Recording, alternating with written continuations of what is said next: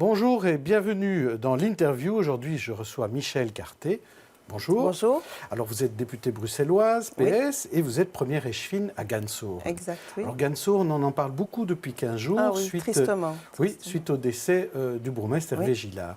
Alors, je voudrais revenir d'abord sur ce qui s'est passé hier au Conseil communal. Oui. Hier, au Conseil communal, c'est un Conseil communal qui était prévu de longue date, mais Oui.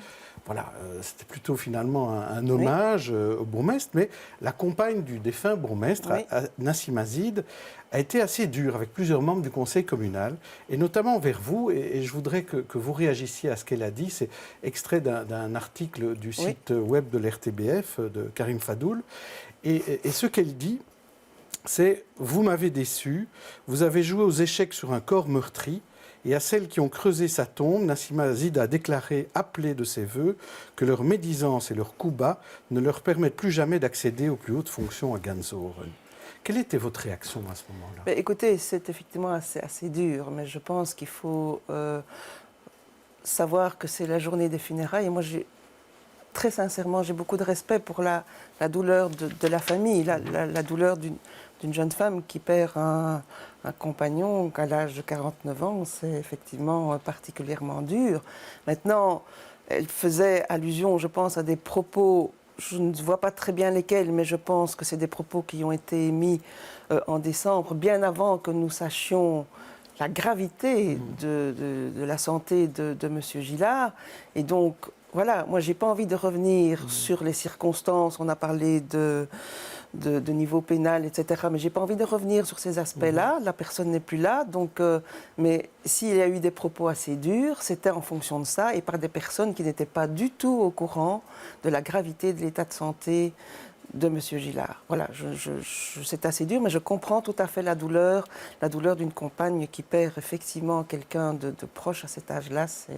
Voilà, je ne souhaite pas polémiquer à ce niveau-là. Et vous vous en excusez si ça a pu la blesser, parce Bien que ce n'était pas le évidemment. but. Bien évidemment. Je pense qu'il faut faire le discernement entre l'attitude politique à un moment donné et effectivement le ressenti personnel par rapport à l'homme. Et effectivement, si ça l'a blessé, je lui présente avec les autres personnes qui l'auraient blessé, bien évidemment, toutes nos excuses. Ce n'était pas du tout ça. Il faut bien faire le discernement entre la situation politique, le moment où ça aurait été dit et dans quelles circonstances. Alors revenons sur Gansour et sur ce qui va se passer aussi demain à Gansour, parce que la loi communale prévoit que dans les 2 mois, la majorité des élus communaux devront valider un candidat issu et choisi par la majorité de la liste au pouvoir. Donc ça veut dire que c'est une double majorité. C'est assez compliqué, mais enfin c'est ça la règle.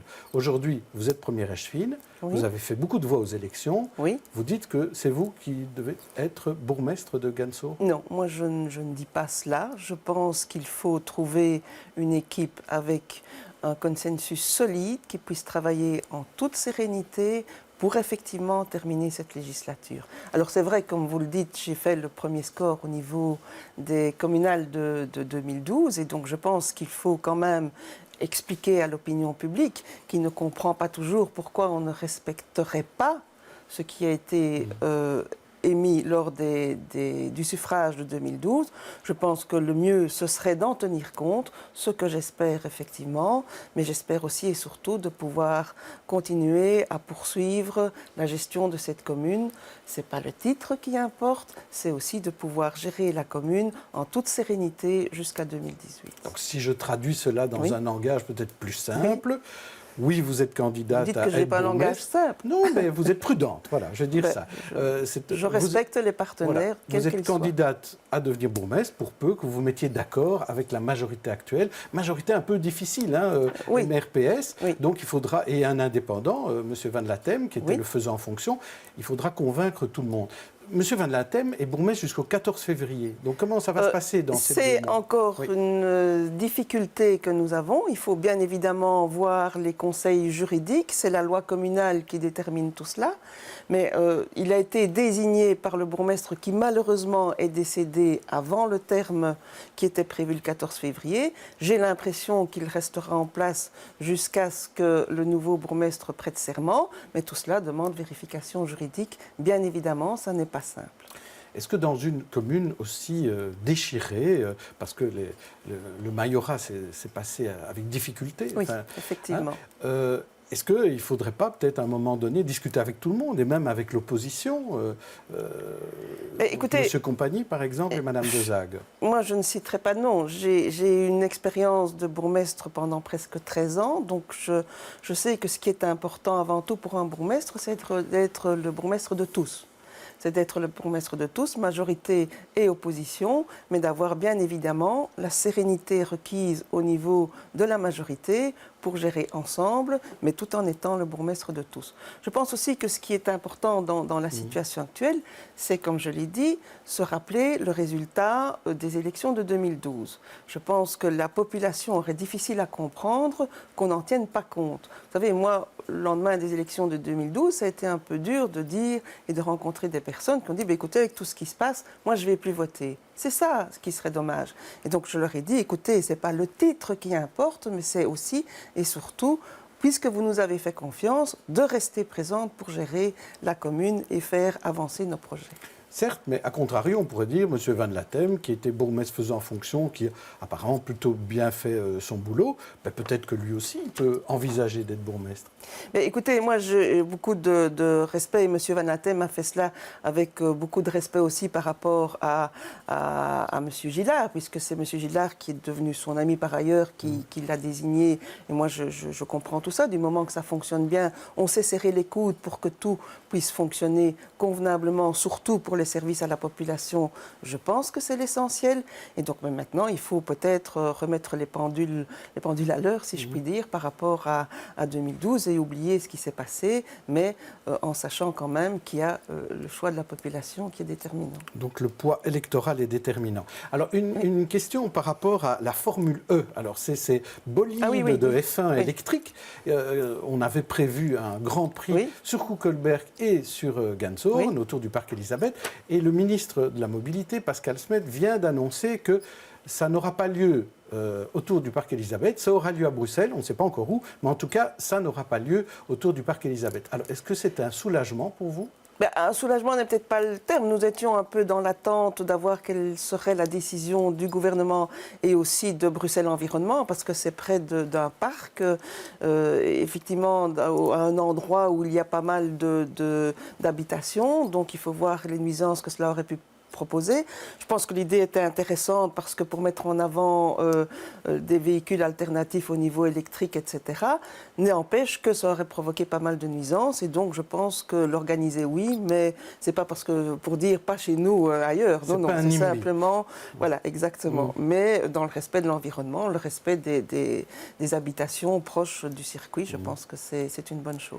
Alors, vous êtes aussi une députée bruxelloise au PS qui compte. Le président Di Rupo a été clair lundi. Il a dit c'est bien la fin des parvenus et de certains cumuls financiers. Et alors, il a dit clairement, au-delà de 100% d'un salaire de député, le reliquat sera versé au parti. Et alors, on a parlé d'exceptions, avec des cas spéciaux dont les présidents d'Assemblée, les vice-présidents d'Assemblée. Et vous êtes justement vice-présidente de la COCOF, donc le Parlement bruxellois francophone. Est-ce que vous faites partie d'exceptions ? Mais écoutez, moi je suis au bureau avec d'autres qui seraient aussi exceptions, qui sont M. De Wolf, M. Courtois. Ils ne sont pas au PS, hein ? Oui, mais ça concerne le PS. Dites-nous, est-ce qu'il y a des exceptions pour le PS ? Les exceptions, quand on parle de fonction spéciale, ça concerne la règle des 150%. C'est rien par rapport à ce que M. Di Rupo a mis sur la table. Les 150% ne tiennent pas compte, effectivement, des fonctions spéciales. Et ça, c'est inacceptable. Moi, je ne savais pas ça. J'ai découvert quand, effectivement, je suis devenue. Et c'est là qu'il faut, effectivement, commencer... Ça veut dire que vous n'étiez pas comme les autres, vous n'étiez pas plafonné à 150%. Oui, je suis plafonnée comme tout le monde. Je suis plafonnée puisque ce sont les règles. Mais ce sont des règles que j'ai découvertes. Et je pense que c'est d'abord là qu'il faut, effectivement, voir qu'est-ce qu'on met dans ces 150%. C'est important. Et ça n'est pas du tout chez nous qu'on aurait dit ah oui mais ceux-là ils seront plafonnés, ceux-là pas. Alors qu'on arrête tout ça, qu'on se couvre vraiment le cocotier parce que c'est le moment où jamais, je crois maintenant, ça fait beaucoup d'années qu'on parle du cumul des mandats, non seulement du cumul des mandats, mais aussi et surtout du cumul des rémunérations. Oui. Alors qu'on secoue ce cocotier, ou plutôt, j'aurais tendance à dire le pommier, qu'on secoue le pommier, qu'on laisse les pommes qui sont bien rouges, bien vertes et qui fonctionnent bien, que l'arbre est sain, mais que les pommes qui sont un peu plus, pourries, argentées, dorées, qu'elles tombent. Je pense que c'est ça. Et c'est maintenant ou jamais qu'il faut le faire. Il faut le faire rapidement. Je pense d'ailleurs que M. Vervoort a mis sur la table une série de propositions pour la bonne gouvernance au niveau local. Je pense que nous allons avancer très rapidement dans ces propositions qui sont sur la table, mais avec tous les partis. Avec tous les partis, c'est une demande que nous avons, qu'au plus vite, l'on puisse se réunir au niveau bruxellois pour que les idées de bonne gouvernance, déjà avant Publifin, elles étaient sur la table du côté bruxellois, qu'on puisse effectivement avancer au plus vite de ce côté-là. Je vais quand même revenir sur le PS pour préciser sur les 100%. Oui. Donc vous êtes plutôt favorable à ces 100% en ce qui concerne les mandataires du PS, et pas d'exception. Mais pas d'exception. Il faut voir aussi évidemment quel est le niveau de responsabilité, quels sont les niveaux, parce qu'effectivement un mandat public, il ne faut pas croire, comme disait un certain Paul, ça n'est pas un win for life, c'est aussi un engagement. C'est pas une carrière professionnelle, c'est un engagement, ce sont des convictions. Ça demande du temps, de l'énergie. Au niveau de la famille, ça demande aussi des implications. Donc voilà, il faut tenir compte de tout ça. Et il ne faut pas croire que tous les mandataires sont là pour essayer d'empocher. C'est absolument regrettable parce qu'on a l'impression qu'on les met tous dans le même sac. Non, ce n'est pas ça. Et quand vous parliez des pommes argentées ou des pommes dorées, est-ce que vous parliez de qui vous parlez? Est-ce que vous parlez du ministre Paul Furlan qui a dû démissionner ce matin, de Stéphane Moreau qui n'a pas encore démissionné de son poste de bourgmestre? De qui parlez-vous? Je ne parle pas nécessairement au niveau du PS, je parle en général. Je parle en général. Il y en a partout, dans tous les partis. Et alors c'est vrai qu'on essaye de parler plus du PS parce que c'est un grand parti. C'est un parti qui a beaucoup de responsabilités, qui est mis au pouvoir par les électeurs à différents niveaux, que ce soit au niveau local, régional, fédéral. Et donc c'est un grand parti. Et donc certains essayent plutôt de le cibler, mais je crois que c'est dans tous les partis qu'il faut effectivement s'interroger et secouer, non pas le cocotier, mais le pommier, dans tous les partis. Oui.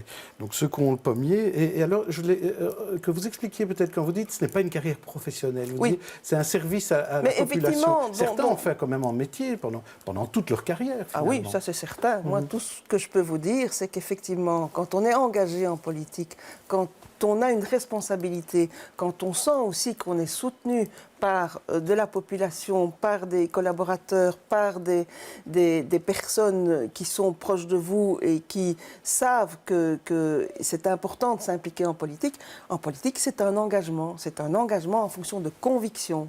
Et il faut rester fidèle à ses convictions, rester fidèle à son engagement. Et ce n'est pas la rémunération qui, effectivement, doit être déterminant pour cet engagement-là. Merci Michel Carté. Je vous en prie, merci à vous. Demain, l'interview sera présentée par Stéphanie Meyer. D'ici là, bonne journée, bonne soirée.